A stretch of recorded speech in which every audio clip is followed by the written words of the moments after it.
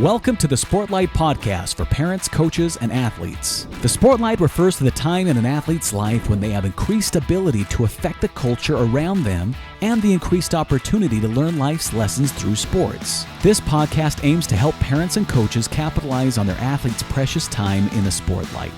The Sportlight podcast is brought to you by Especially for Athletes program.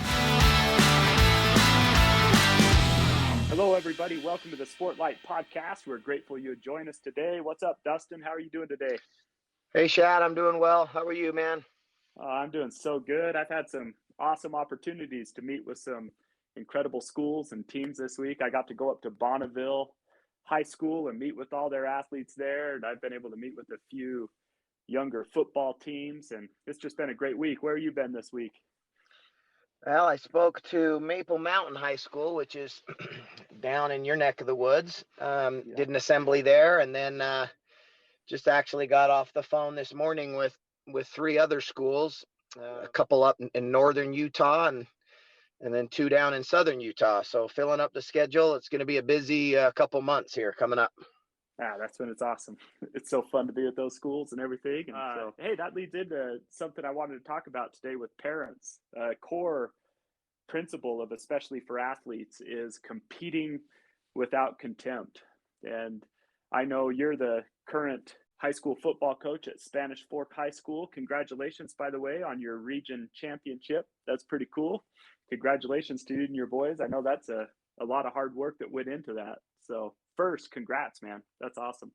Hey, thanks, Shad. We, I tell the kids all the time that in life and I guess you learn it, first in sports, that there's plenty of moments in life where things aren't going well and things are down. And so when you have a moment to enjoy it, when things are going well, you need to soak it up. And so for us, it's not a state championship or at that level, but it's still something that's a lot of work went into. And I told them, hey, soak it up for a couple days, every second of it, enjoy it. You earned it. And then, you got to get back to work. But it is. Anybody who's been a part of teams know that winning is hard. And anytime you can win, you got to soak it up. So we're enjoying it. So thank you. Yeah, that's awesome. First, for some who may not know the concept of compete without contempt, if you were to explain that in just a couple of minutes, what we try to train athletes on, and we wrote about this is a whole chapter dedicated to it in both of our books. But the concept of competing without contempt, what is it? Well, what it's not, and you did a really good job when we were putting the book together at making sure that this was understood, is we wanted to be very clear when we first introduced this 7 or 8 years ago that we used the word compete in that title, because what it's not is simply be a good sport.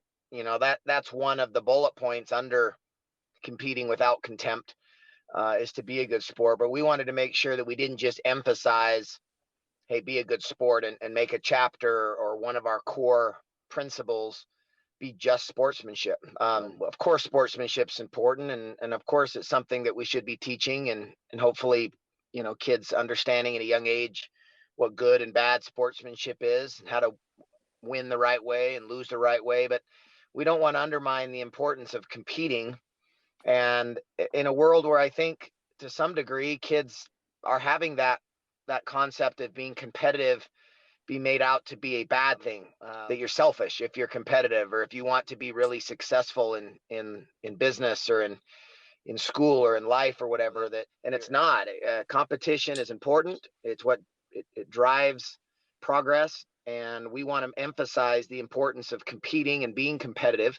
However, with the understanding that doing so with hatred or malice in your heart towards the person you're competing with, that's not right. And that's doing it for the wrong reason and the wrong sort of motivation. So, we want people to compete to become the very best they can be. And when you're competing in a game with your friends, guys, or teammates that you've worked a lot with over the years, that you should be giving everything you have and all you've got to winning. But you realize that the person standing across from you in the different colored jersey is more like you, much more like you than they are different. In fact, if they lived a mile or two, maybe north or south, and they were on your side of the boundary line, they'd probably be your best friend.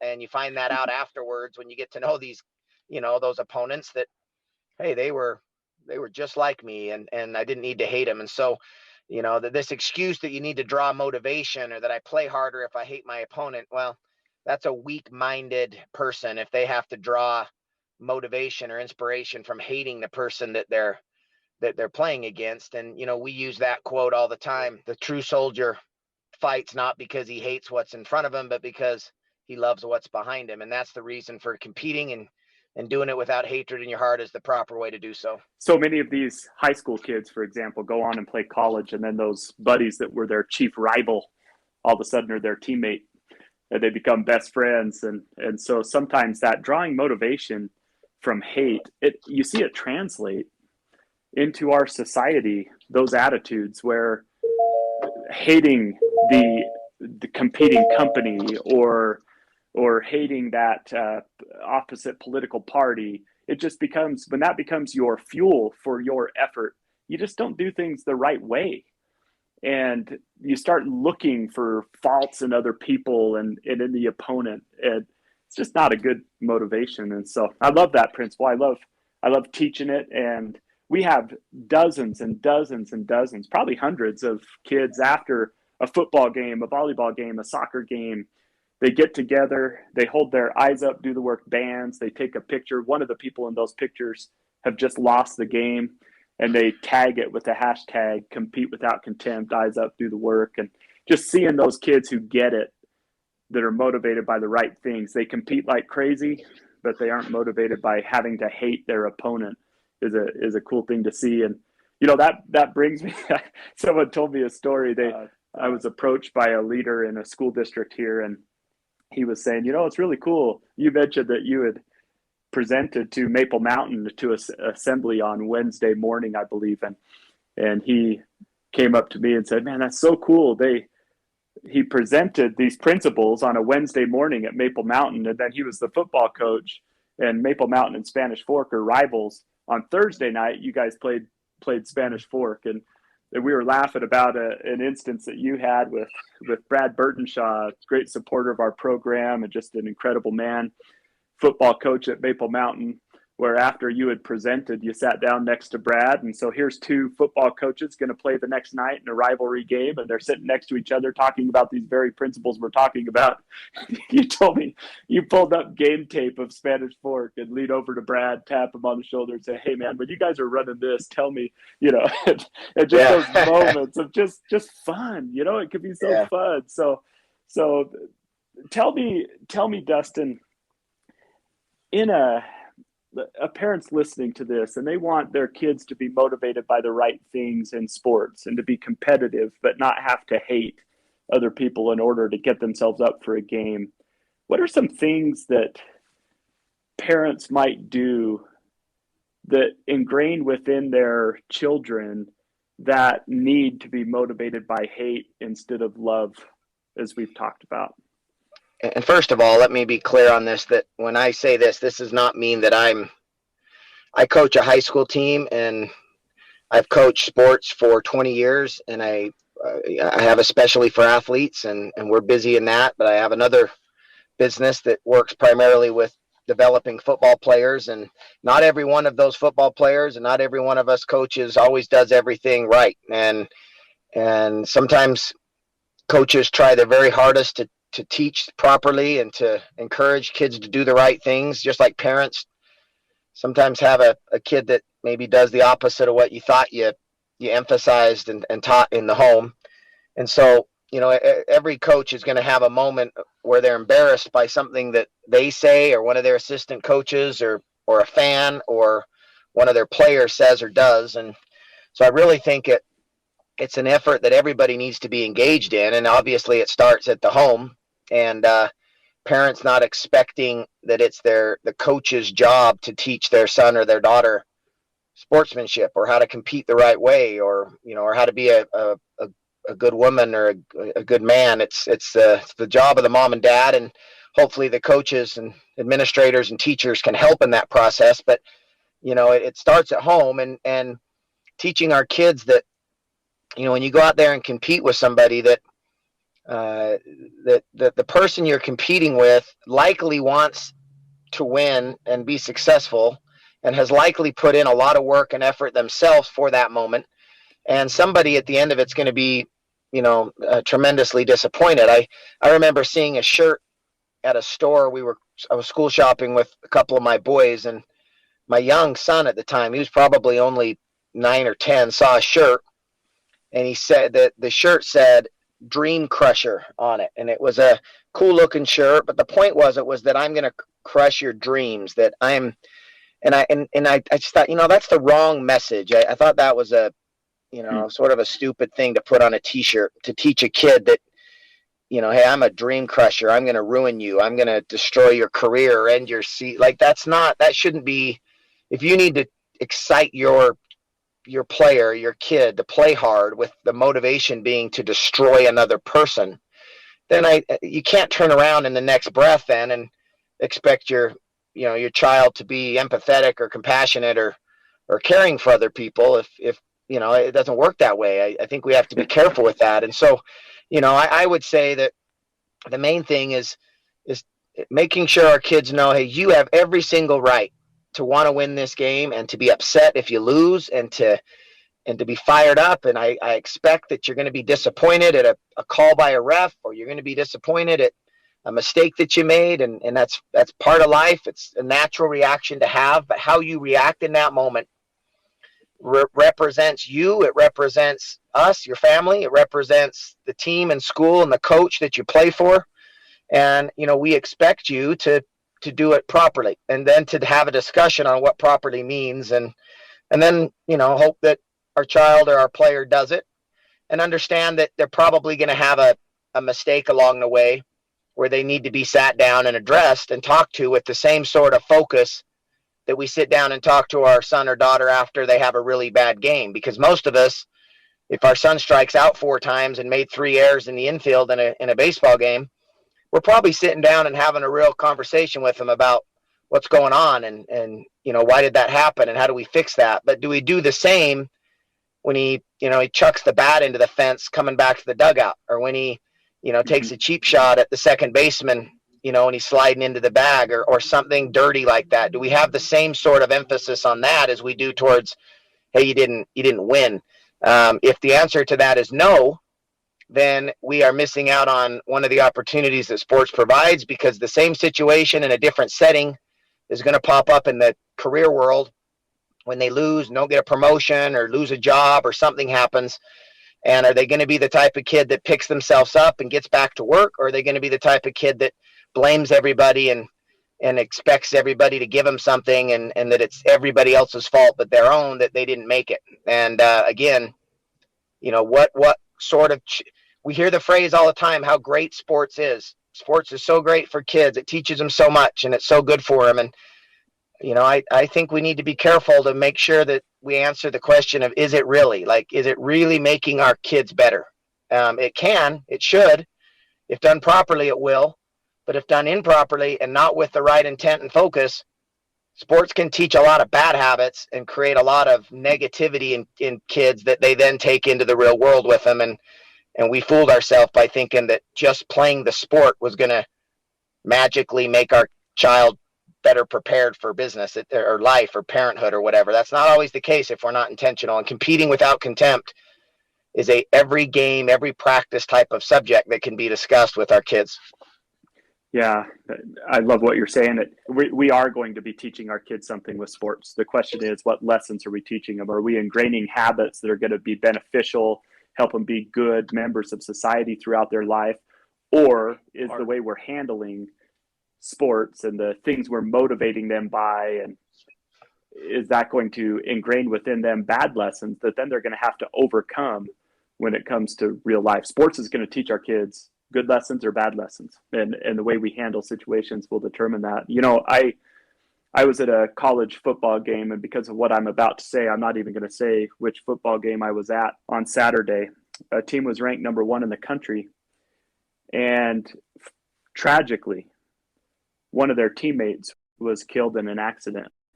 And the family was there. They did a tribute to the young man before the game. It was a very emotional game.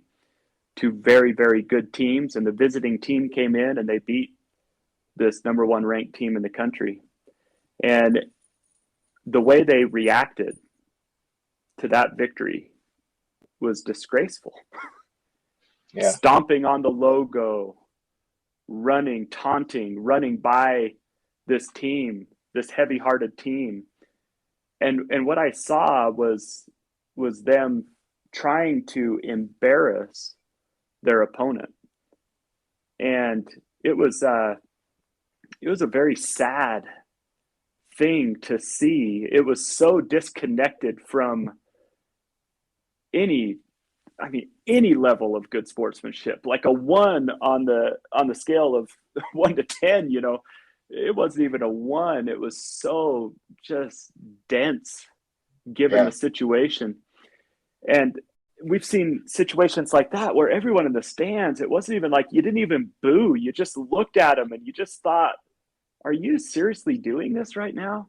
You just beat a team that has been through just a tragedy together. And it was just so sickening. On the other hand, I know we share a story in the book of your brother and an article that was written about your brother and a video that still is shown this day to athletic directors about the kind of competitors we're trying to create. Would you tell that story of your brother that we included in our book, I believe? Yeah, he, my brother, they were playing in the state championship game. I have both of my brothers were playing in the game. They're twins. It was their senior year. And the player, the wide receiver for this other team was one of the best in the state. And he had a terrific year. And they had played each other actually the first game of the season. And this other team had beaten my brother's team. And then both teams went on to have great seasons, and they matched up again in the state championship. And so there was a natural rivalry there. My brother had a natural rivalry against this kid because he was guarding him, and they had a battle earlier in the year. And here they are playing, in front of the whole state, and it's on TV, and it's this back and forth game that went into double overtime. And on the last play in double overtime on the 4th down, this kid got loose in the back of the end zone and had a ball thrown to him that he should have caught. And he dropped it. He was wide open. It went right through his hands, and he dropped it. And the game was over.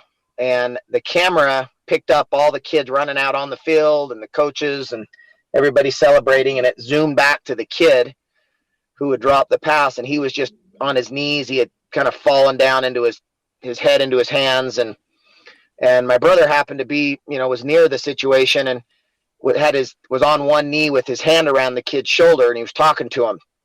And the camera went away, and then it came back, and it did this 2 or 3 times. And for a good, 30, 40 seconds, every time it came back, he was there with his arm around this kid, and he was just telling him how good of a play, how well he had played and how much respect he had for him. And nothing that, he really thought of as being a big deal, and nothing really that I think anybody really at the time, but apparently it captured a lot of interest from people, apparently, especially from the other team, of the fact that he didn't drop everything he did and go and start celebrating or go rub it into that kid and stand over him and say something to him.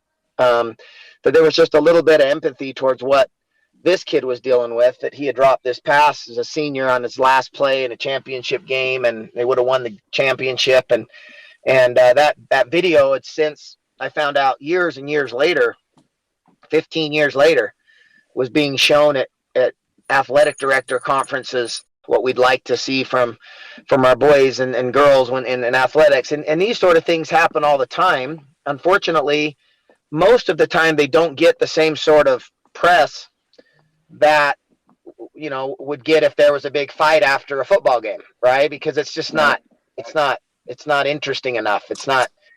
It's the same thing with violence and gore and arguing in our media. It just doesn't grab people's attention. It's not newsworthy, unfortunately, but I think there's a lot of that sort of thing that probably goes on, and a lot more good sportsmanship than bad. It's just, it doesn't make, I mean, you shared something, Shad.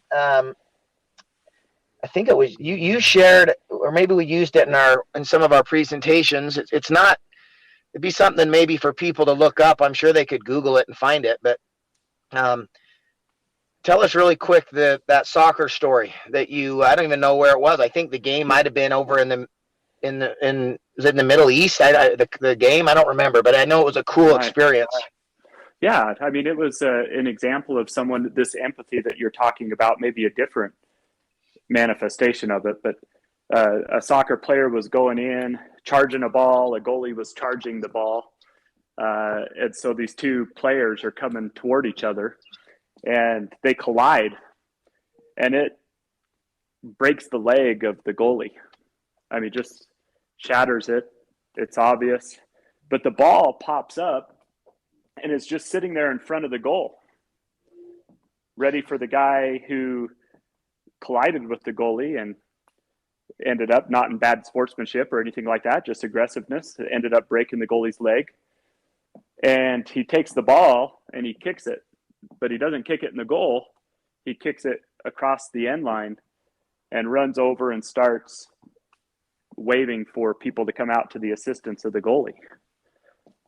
And that just shows, when I watch it, it just shows this level of caring about people more than about the outcome of a game or something like that. And often when we make winning too important, it should be important, but not to the point. And this is maybe what we're talking about, that winning should be very important. It drives the work ethic. I mean, all those early morning workouts and things that kids do as they're learning to work and getting those other great benefits from sports, a lot of that work ethic and those lessons come because they're competitive and they want to win. So we don't want to take that out, but it's when the wanting to win supersedes other attributes that should be more important. Wanting to be kind, wanting to lift others, not wanting to embarrass people.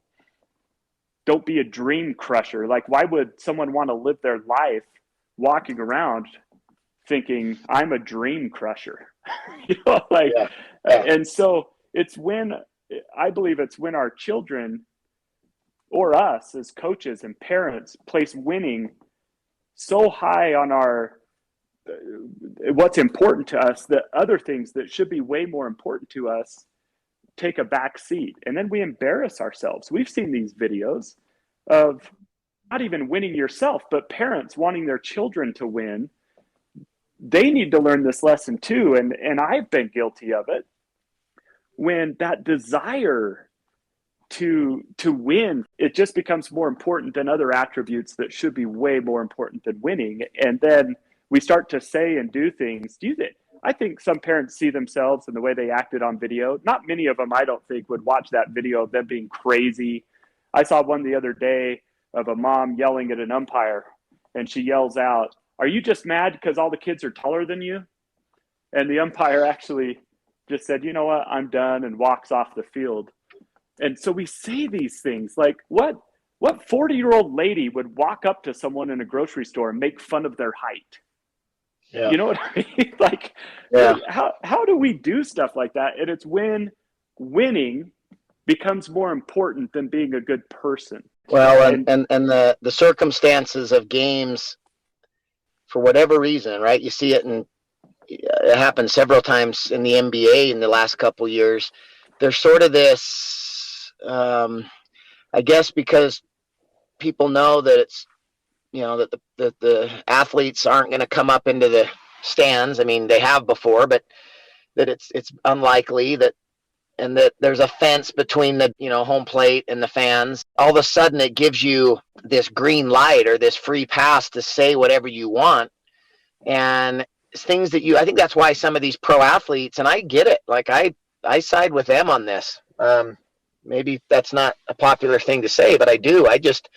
If I was walking out of a stadium after a loss, and some of the things that I've heard and have been told or said to a player, just because they're in the stands and I'm not, they wouldn't say that to me in the parking lot or, at a grocery store or out just in the general public. They would never in a million years say that to that guy. But there's this free pass that you get to just be barbaric and, to just be a a clown and to say things, and the athlete's supposed to just, or the umpire or whomever is supposed to just take it, and not react. And if they react, then they get a bad look, and they know cameras are on them. But like you said, like, think about it. Why, who does that? Like, really, if you're the kind of person that makes those personal or racial or, comments towards somebody, your ego is that big that you have to, the thought that you were embarrassed a little bit because you lost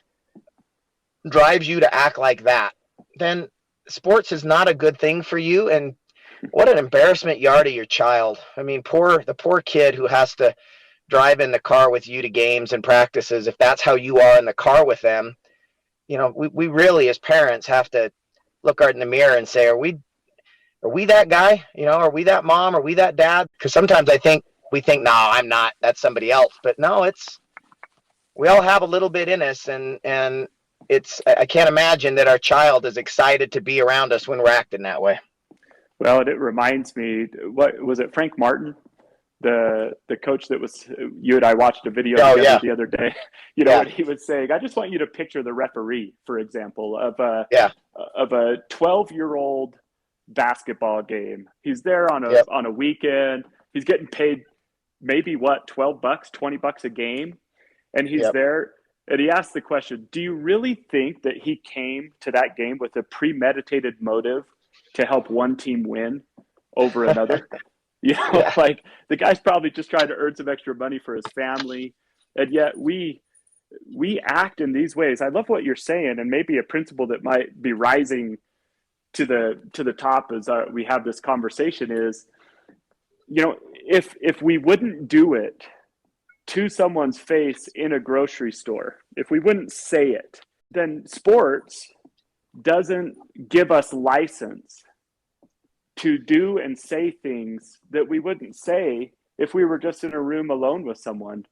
We talked about how can we teach our kids to compete without contempt. Well, I think maybe they observe us sometimes too, as we're in the stands at a game, an NBA game, a college football game. What are the things that we're yelling? What are the things that we're doing? And sometimes we don't think. We want them to have good sportsmanship, but by the way that we act, even when we're sitting in front of a TV, and the things we're saying and doing might be contrary to the way we would want them to act, and those messages have impact. And so I think it's really important, this principle of intentionally helping kids to compete, but teaching them to do it the right way. Refs are going to make bad calls. You shared in our last podcast the Kobe Bryant approach. Yep, sometimes they're going to miss a call, so I'm going to practice so that I can win even if they do miss a call, knowing that refs are imperfect sometimes, or umpires or whatever. And just that attitude of ingraining within them that you treat people correctly. Here are the fixed principles that we have as a family. You treat people correctly always. And sports does not give license to let those attributes fall by the wayside. Well, Shad, you and I played baseball together in college. I've been involved in sports ever since, and for a career, and coached, in hundreds of games. And I'm sure, I don't have a specific example of this, but I'm sure you've done it before at the plate, where I've seen others do it before, where a pitch was, maybe close, and you thought it was a ball, and the umpire thought it was a strike, and he called it. I've seen it all the time, and I bet you've turned before and said, was that just on the corner, or was that, right at my knees, or, just to try to get an idea of where it was, right? That you thought it was outside, but you'll turn to him and say, eesh, got the corner, and just try to, and he'll say, yeah, I got it. And you still may think it was outside, but from experience, you've never once turned to the umpire and said that was outside and had him say, yeah, you're right. My bad. Right. You're right. Let me change that call. Right. But when you turn to him and said, hey, where was that? Was that right on and he says, yeah, it was on the corner. Okay. Now I got an idea of what his zone is. I got an idea of what I'm working with. I didn't disrespect him. He knows I disagreed with him. And every single, I shouldn't say every ref, most every ref, an umpire, or whatever that I've dealt with, I have this all the time in coaching. There's times I get upset over a call that's I think is being missed or something but I also understand because I've done it before that you miss calls. I've reffed before, I've umpired before. I find that when I go up to the ref and say, hey, can you please watch such and such? It's happening a couple times, and very rarely do I have them say anything other than, yes, I will. Thank you for that. Sometimes we miss it. I'll keep an eye open for that. And that's really all you can ask for, because they could call a penalty, or it could happen every single play if they wanted to in basketball or in football. And so, a coach lets the ref know what they're seeing.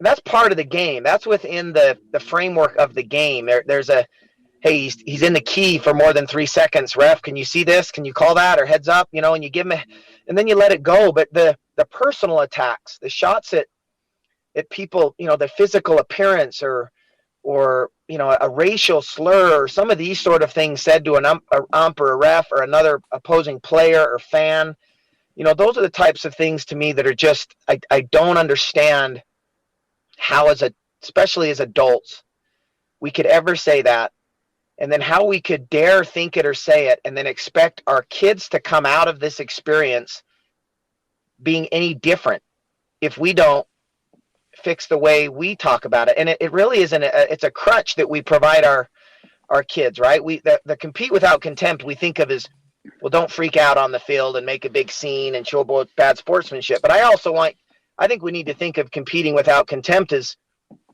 how that creates the excuse for us or the excuse for our child when they lose to not take accountability. Because competing without contempt is also, it gives me an excuse. It gives me a reason to say, well, we lost only because of fill in the blank, right? And we would have won if it hadn't been because of fill in the blank. And then as a parent, when we applaud that comment or we encourage that belief that it was somebody else's fault, how can we expect our son or daughter to approach life much differently if it's always somebody else's fault? Instead of saying, son, you struck out because you didn't put the bat on the ball. That's why. And we got to go figure out how to hit the ball better. I'm sorry. Don't complain about it. Let's move on. But, when we don't do that, we are competing with contempt, and we may not be screaming and yelling, but what we're doing is creating these it goes back to your story that you did, years ago on the peach tree that was, over insulated and ended up breaking, right? That we over insulate or over cuddle and coddle our kids, and then they break in moments of adversity. Well, and there are going to be bad calls. There are going to be times when an opponent is not living these principles and they're acting like jerks. And I was listening to a college football coach talk about one time. He was very popular, super popular, because they were 5-0. And then they went on a road trip and they lost a game to a team that everyone thought that they should have beat. And the next day he was in his local grocery store with his wife, and someone came up to him and pointed in his face and said, "You are a disgrace to your family, to this university. You should be ashamed of yourself. You sicken me." And wow. This coach, he said, he's a Christian man. And he said, that's when the test of whether you're a Christian or not, that's the test right there. It's not when I was 5-0 walking through and people were asking me for autographs and, I'll take the time to sign a few hats. And that wasn't a test of whether or not I'm a man of principle. My test came when someone put their finger in my face and told me I was a fraud and all these things in front of my wife. And I think likewise, these moments when we do play an opponent that are just being jerks, or when an umpire is making really bad calls, that's the test. That's when we realize what principles we're really guided by. When we're losing, when it's hard, that's when we realize, okay, am I a person of principle that believes in treating people the right way, giving people the benefit of the doubt, not getting frustrated and acting like an idiot because I'm frustrated, whether I'm a player or a parent or a fan of an NBA team. That's when I realize what my principles really are, is when I feel that frustration boil up within me. And I think if we start early correcting that, when even watching a game with a kid and they're going, that ref wants the other team to win, just pausing the game and say, okay, let me teach you something here. I never want to hear that. I don't want to hear that when you play. I don't want to hear that right now. I promise you that ref is doing the best they can. I'm not saying that wasn't a mistake, but stop it. Refs don't act that way. And if it is, it'll be 1 in 1,000 games that you will play. But if some kids, they feel like every time they lose, that was the instance, We typically only see what fits our narrative. We see the holding penalty on us that, I had this just the other day where we had a touchdown called back and it was a holding, and I didn't think it was, but it was. Really, the truth is it was close, and it could have been called either way. But and so I can get frustrated by that, but I can also realize that there's probably 5 other times in the same situation where we got away with it and they didn't call it on us, or they call it on the other team and it benefits us. But I forget that, right? Most of us as coaches or parents forget that sometimes a ball or strike actually goes in our favor, right? I had, believe it or not, Shad, sometimes in college, I threw pitches that were slightly outside and the umpire gave me a strike and he called it strike 3. And I didn't go up to the umpire and say, no, I think that was outside, right? I happily took it and ran into the dugout and took all the compliments and knew that I got one. And sometimes it usually works itself out, to your point, because the ref is most of the time not trying to favor one or the other. When I say most of the time, I say that maybe there are times that just human nature they might, because they're so sick of the mom or dad on the other side that's screaming at them. It's human nature that if you're umping a game and the crowd to the right of you is constantly insulting you and whining and complaining about everything, if there's a bang bang play at the plate, it might be human nature for them to want to give the call to the other team. So, FYI to parents, right? Right? For no other reason.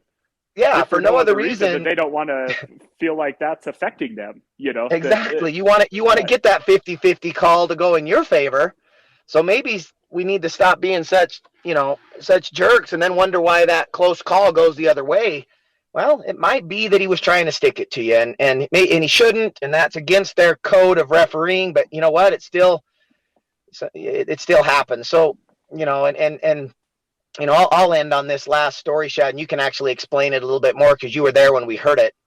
It really resonated with me. Eric Weddle, who, for those of you who aren't football fans or maybe don't live out in Utah where we live, he played at the University of Utah, was an undersized free safety or strong safety type player, and ended up playing 13 years, I believe, in the NFL, 12 or 13 years, and was a 6-time All-Pro, and he's going to be in the NFL Hall of Fame here within the next probably 10 years or so.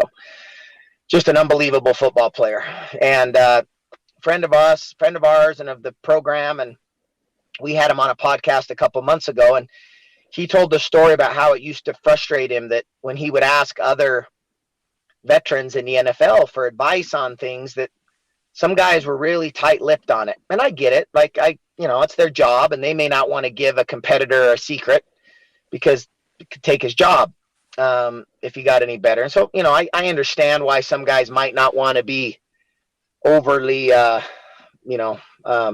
giving of their secrets to a young up-and-coming football player. But Eric took a different approach. Eric Weddle took the approach of he would share what he had learned and the tricks of the position and lessons he had learned with the young guys, even guys on his own team that were trying to get his job, because he loved the idea of fighting for it. He loved the competition. He loved the challenge of, can I beat you at your very, very best? And he said something in our podcast that just resonated with me. It was so awesome, where he said, if he beats me, he beats me. Like, that's the whole point. I want him, if he's better than me, then he's better than me. I don't deserve to have the position. But that motivated him to work extra hard because he wanted to be able to say at the end of the day, I beat that guy at his very best. I even gave him some pointers and tips and things to help him. And if I can't beat him, then I've got to go and get bigger and faster and stronger or smarter or something so that I can get him tomorrow. And that attitude that he had drove him to just an unbelievable work ethic and focus, from what he ate to how much he slept to what, everything he did to be able to play. He didn't take the approach of, well, I'm going to compete, sure, but every possible advantage that I can get from you, I'm going to, I'm going to take, if it means hiding from you, or that wasn't his style. And I just love that approach. Yeah, it shows the true competitive spirit. He didn't want to win just because he had more advantages or anything like that. He wanted to beat people at their best. And I love that. Eric, one thing I would add to that story that he said is he would even call safeties from other teams when they got drafted and say, hey, if you ever need anything, here's my number. I'll help you out. You want to work out in the summer? You want to do something? I have learned some things I could teach you, And I thought that was so cool, not just within his own team, but even others. And he found great joy in a teammate of his, I forget which one it was now, that he had helped that way. And then that teammate had moved on and signed a big contract, I believe, with the Vikings, I believe it was. And he found joy in helping someone who was competing for his position. The fact that he moved on and signed a big contract, and that's a true competitor. You don't have to. Sometimes I think we label competitivism as like that kid who's just a fiery kid out there, just run around mad at everyone. That's not a competitor to me. That's a hothead. A hothead's not a competitor. And someone who just gets angry, yelling at people all the time, that's not a competitor. And I think sometimes that's the idea. Boy, look how competitive that kid is. And it's like, no, look how little control that kid has over their emotions. Someone could be a very quiet competitor, or a vocal, positive competitor. You don't have to be a negative jerk trying to hurt people and crush dreams to be a competitor. That's just someone who lacks principles. That's not someone who's competitive. And so I believe it's really important to just intentionally, we use that word a lot, but intentionally think what we're teaching our children by the little things that we say, what we're teaching those we coach by how we motivate them. And hopefully we'll motivate them by love of their teammates, love of their school, love of their community, rather than hate of their opponents, hate of the other community, hate of the other school.